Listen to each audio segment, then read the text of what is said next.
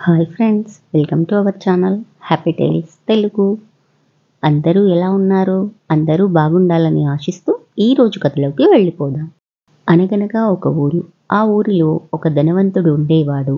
అతను పెద్ద పిసినారి, అంతేకాదు మోసకారి కూడా.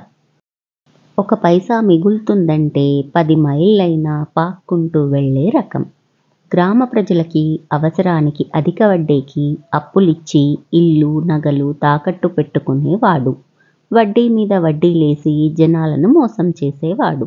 ఆ పిసినారికి ఒక జత పాత చెప్పులు ఉండేవి. అవి ఎప్పుడో 10 సంవత్సరాల క్రింద కొన్నవి. కొన్న వెంటనే అరగకుండా చెప్పుల క్రింద బాగా గట్టిగా ఉండే టైరు ముక్కలు వేయించాడు. చెప్పు పైభాగం ఊడిపోకుండా ఉండడానికి మేకులను కొట్టించాడు. కానీ కొత్త చెప్పులు మాత్రం కొనుక్కునేవాడు కాదు. 10 రూపాయలతో పోయేదానికి 500 ఎందుకు అనవసరంగా, దండగా అనుకుంటూ ఆ చెప్పులతోనే కాలం గడుపుతుండేవాడు. రోజురోజుకి మేకులు ఎక్కువై అవి బరువు పెరిగిపోతున్నాయి. దీంతో లాభం లేదు ఇక అనుకొని వాటిని వదిలించుకోవాలి అనుకున్నాడు. కానీ కొత్తవి కొనడానికి మనసొప్పలేదు. ఆలోచిస్తా ఉంటే ఒక వెధవ ఆలోచన వచ్చింది. దాంతో సాయంకాలం ఒక గుడి దగ్గరకు వెళ్ళాడు. చెప్పులు బయట వదిలి లోపలికి పోయాడు. కాసేపటికి లోపల హారతిచ్చే సమయం దగ్గర పడింది. అందరూ దేవుని విగ్రహం ముందు చేరుకున్నారు. ఇదే సందనుకొని పిసినారి బయటకు వచ్చాడు. గుడి బయట ఎవరూ లేరు. అక్కడ విడిచిన చెప్పుల జతల్లో ఒక మంచి జతను తనకు సరిపోయేది వేసుకొని అక్కడ నుండి గబగబా వెళ్ళిపోయాడు. యుద్ధం చేయకుండానే పక్క రాజ్యాన్ని జయించినంత ఆనందంగా పొంగిపోయాడతను. ఆ చెప్పుల జత ఆ ఊరి ఎస్ఐది. భార్యాబిడ్డలతో గుళ్ళో దేవునికి అభిషేకం చేయించి బయటకొచ్చి చూస్తే చెప్పులు లేవు. చెప్పులు వెతుకుతూ ఉంటే చెప్పులే కాపాడుకోలేనోడు ఊరి జనాలనేం కాపాడుతాడు అంటూ ఒకడు వెనక నుంచి కిసుక్కున నవ్వాడు. ఎస్ఐకి రగిలిపోయింది. కళ్ళు ఎండు మిరపకాయల్లా ఎరుపెక్కిపోయాయి. ఎవడ్రా ఆ కూత కూసింది అంటూ వెనక్కి తిరిగి అడుగు ముందుకు వేశాడు. అక్కడొక చిన్న గాజు ముక్క ఉంది. అది కసుక్కున కాళ్ళలో దిగింది. బాధతో కోపంతో అల్లాడిపోయాడు. వెంటనే ఒక పోలీస్ని పిలిచి, అరే, నా చెప్పులు వేసుకొని పోయినోడు ఖచ్చితంగా వాని చెప్పులు ఇక్కడే వదిలేసి ఉంటాడు. గుడి మూసేంత వరకు ఉండి ఆ చెప్పులు కనిపెట్టు అన్నాడు. గుడి మూసే సమయానికి పిసినారి పాత చెప్పులు మాత్రమే అక్కడ మిగిలాయి. వాటిని తీసుకెళ్లి ఎస్ఐ ముందు పెట్టాడు పోలీస్. వాటిని చూస్తేనే ఎస్ఐ అదిరిపడ్డాడు. 40-50 సంవత్సరాలు భూమిలో పాతిపెట్టి తీస్తే ఎలా ఉంటాయో అలా ఉన్నాయవి. 10 మంది పోలీసులను పిలిచి, రేపు సాయంత్రంలోగా ఇవి ఎవరివో కనిపెట్టాలి. పొద్దున్నే పోయి గుడి దగ్గర అందరినీ విచారించండి. దొంగ దొరికేంత వరకు మీరు ఇంటికి పోవడానికి వీల్లేదు అని ఆజ్ఞాపించాడు. తరువాత రోజు పొద్దున్నే వేట మొదలయింది. చివరికి ఒక అంగడివాడు, ఎప్పుడూ తాబేలులా అడుగులు తీసి అడుగేస్తూ నడిచే పిసినారి నిన్న సాయంత్రం వేగంగా టకటకా నడుచుకుంటూ పోవడం గమనించాను అని టీగా అందించాడు. వెంటనే పోలీసులు డొంక కదిలించి పిసినారి ఇంటిని చుట్టుముట్టారు. లోపలికి పోయి చూస్తే ఇంకేముంది, ఎస్ఐ కొత్త చెప్పులు మూలన చిరునవ్వులు నవ్వుతూ కనబడ్డాయి. వెంటనే ఆ చెప్పులను పిసినారిని పట్టుకుని ఎస్ఐ ముందు హాజరుపరిచారు. ఇంకేముంది, ముందు వెనుక వాచిపోయేలా పోలీసులు కొట్టుడే కొట్టారు. తప్పైపోయింది అని ఎస్ఐ కాళ్ళు పట్టుకున్నాడు. ఒక 20,000 సమర్పించుకొని కేసు పెట్టకుండా పాత చెప్పులు తీసుకొని బయటపడ్డాడు. ఇంటికొచ్చాక కాళ్లకున్న చెప్పులు చూసి, చీచి, దరిద్రం చెప్పులు, కొత్త చెప్పులు కొనుక్కుని ఉంటే కేవలం 500తో అయిపోయేది. ఇప్పుడు అనవసరంగా 20,000 పోయింది అని బాధపడుతూ కోపంతో ఆ చెప్పులను వీధిలోకి విసిరిపడేశాడు. సరిగ్గా అదే సమయానికి ఒకామె అందమైన బొచ్చు కుక్కతో వీధిలో పోతూ ఉంది. ఆ చెప్పులు సర్రున దూసుకొని వెళ్ళి సరిగ్గా దాని తలకు బలంగా తగిలింది. దాంతో పాపం ఆ బొచ్చు కుక్క తల పగిలి అక్కడికక్కడే చనిపోయింది. అది చూసి దాని యజమాని గట్టిగా బాధతో కెవ్వుమని కేక పెట్టింది. పరుగెత్తుకుంటూ ఇంట్లోకి దూరి పిసినారి అంగీ పట్టుకొని విసురుగా వీధిలోకి లాక్కొని వచ్చింది. అన్యాయంగా ఏ పాపం చెయ్యని నా బుజ్జి కుక్క పిల్లను పొట్టన పెట్టుకున్నావు కదరా, మనిషివా పశువ్వా నువ్వు అంటూ పోలీస్ స్టేషన్కు లాక్కొని పోయింది. ఎస్ఐ ఆ పిసినారిని చూడగానే, ఏంరా మరలా ఏం దొంగతనం చేశావు? నిన్న తన్నిన తన్నులు అప్పుడే మర్చిపోయావా అన్నాడు లాఠీ తీస్తూ. అయ్యా అయ్యా, పొరపాటైపోయింది. నేను కావాలని చెయ్యలేదు. ఏదో డబ్బులు పోయిన బాధలో ఆ పాత చెప్పులు బయటకు విసిరి పడేస్తే ఇలా జరుగుతుందని అనుకోలేదు అంటూ ఎస్ఐ కాళ్ళు ఆమె కాళ్ళు మార్చి మార్చి పట్టుకుని వేడుకున్నాడు. చివరికి ఆమె అది మనూర్లో దొరికి అలాంటిలాంటి మామూలు కుక్క కాదు, అరుదైన జాతి కుక్క. 50,000 ఖర్చు పెట్టి వారం కిందటే ఢిల్లీ నుంచి తెప్పించుకొని పసిపిల్లలను పెంచినట్టు అపురూపంగా పెంచుకుంటున్నాను. నాకు అచ్చం అలాంటి మరొక జాతి కుక్కను తెచ్చిచ్చినా సరే, లేదా నా 50,000 నాకిచ్చినా సరే, లేదంటే తగ్గేదే లేదు అనింది ఆమె. ఆ పిసినారి ఏమీ చెయ్యలేక కుక్కను మీరే తెచ్చుకోమని 50,000 ఆమె చేతిలో పెట్టాడు. పిసినారి ఆ చెప్పులు వేసుకొని నీరసంగా ఇల్లు చేరుకున్నాడు. ఆ పాత చెప్పులు చూస్తూ ఉంటే కోపం పెరిగిపోతా ఉంది. వీటిని ఎలాగైనా సరే వదిలించుకోవాలని ఆ రోజు అర్ధరాత్రి గుణపం తీసుకొని ఊరి చివరున్న ఒక తోటలోకి చేరుకున్నాడు. అక్కడొక పెద్ద చింత చెట్టు ఉంది.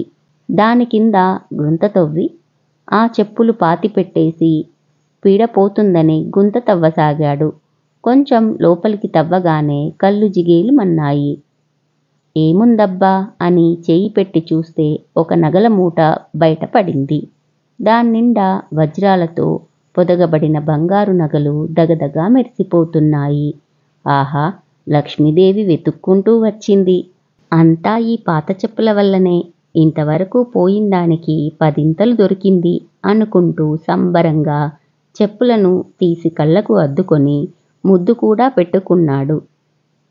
అంతలో ఆ పిసినారి మొహం మీద టార్చ్ లైట్ వెలుగుతూ పడింది. అక్కడ కాపలా ఉన్న తోటమాలి, ఎవర్రా నువ్వు, ఇంత రాత్రిపూట తోటలో ఏం చేస్తున్నావు అంటూ గట్టిగా అరిచాడు. పిసినారి అదిరిపడి నగల మూట గట్టిగా పట్టుకొని పరుగెత్తటానికి పైకి లేచాడు. కాని అంతలోపే తోటమాలి సర్రున దూసుకువచ్చి వెనక నుంచి గట్టిగా వాటేసుకొని దొంగ దొంగ అంటూ అరవసాగాడు. 5-6 మంది వచ్చి పిసినారిని గట్టిగా పట్టుకొని పోలీసులకు ఫోన్ చేసి అప్పచెప్పారు. ఎస్ఐ పిసినారిని చూసి అదిరిపడ్డాడు. ఇదేందిరా, ఆఖరికి దొంగతనాలు కూడా చేస్తున్నావా? నిజం చెప్తావా ఎగిరెగిరి తన్ననా అన్నాడు లాఠీ తీసి వీపు మీద గట్టిగా ఒకటిస్తూ.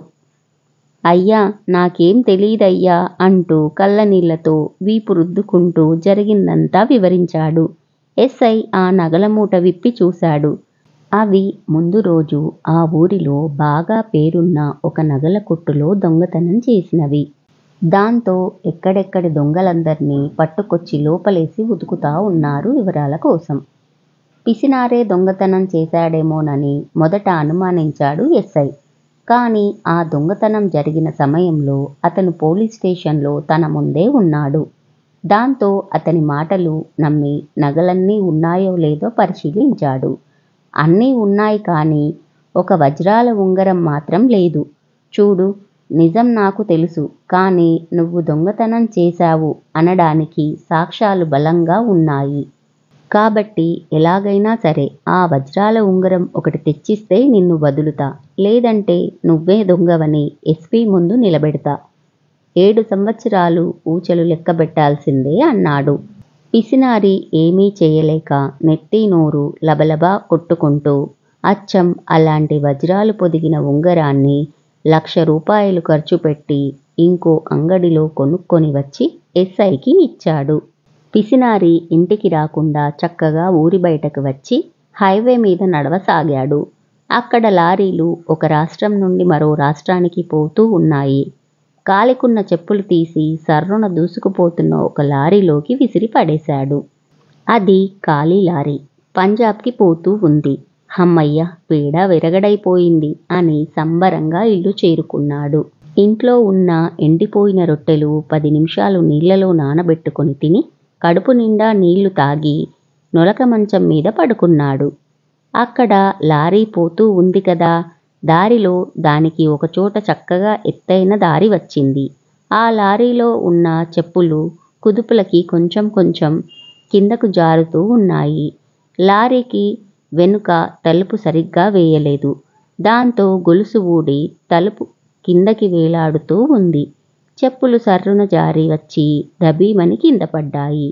అలా పడటం వాటిలోంచి కొన్ని ఇనుప మేకులు బయటకు వచ్చి చక్కగా ఆకాశంలోకి చూడసాగాయి. ఆ లారీ వెనుకనే ఇంకో లారీ నిండు గాజు సామాన్లతో వస్తా ఉంది. దాని కుడి టైరు ఈ మేకుల మీదకు ఎక్కాయి. అంతే, ఒక్కసారిగా తుస్సుమని గాలిపోయి ఒకవైపుకు ఒదిగిపోయింది లారీ. అటువైపు పెద్ద గుంత ఉంది. లారీ సామాన్లతో సహా దబీమని ఆ గుంతలో పడిపోయింది. లారీలోని సామానంతా కిందపడి ముక్కలు ముక్కలుగా అయిపోయాయి. విషయం తెలిసి పోలీసులు పెద్ద క్రేన్తో వచ్చి కష్టపడి ఆ లారీని గుంతలోంచి తీసి నిలబెట్టారు. ఆ లారీ ఎలా పడిపోయిందా అని చూస్తే దాని ముందు టైర్లో దిగిన ఇనుప మేకులు, పక్కనే పాత చెప్పులు కనపడ్డాయి. ఆ చెప్పుల వల్లనే ఇదంతా జరిగిందని అర్థమైంది. ఆ చెప్పులెవరివో పోలీసులకు తెలుసు కదా. సరాసరి పిసినారి ఇంటికి వచ్చి మంచం మీద పడుకున్నోని పడుకున్నట్లుగానే అట్లాగే లేపి చక్కగా పోలీస్ స్టేషన్లకు తీసుకెళ్లారు.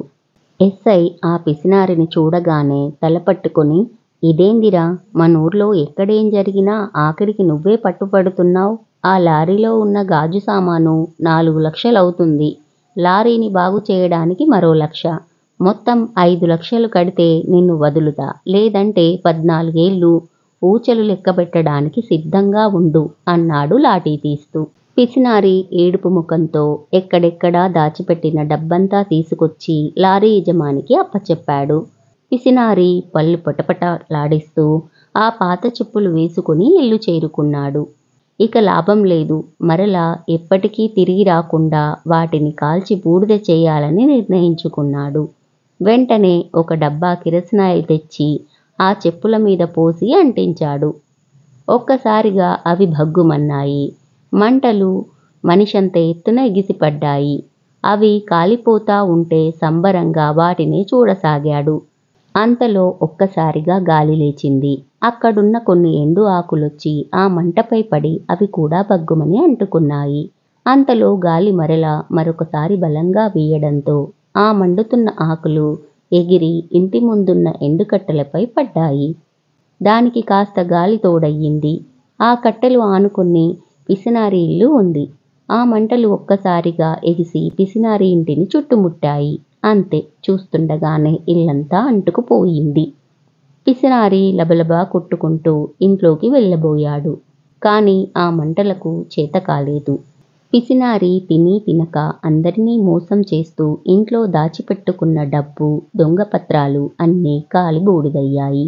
ఆఖరికి వంటిమీదున్న బట్టలు తప్ప ఏమీ మిగలలేదు. విచారంగా నడుస్తూ ఉంటే కాళ్లకు ఏవో తగిలాయి. ఏంటబ్బా అని చూస్తూ ఉంటే సగం కాలిన చెప్పులు. అప్పుడే నిన్ను వదిలేది లేదు అంటూ వెక్కిరిస్తా కనపడ్డాయి పిసినారికి.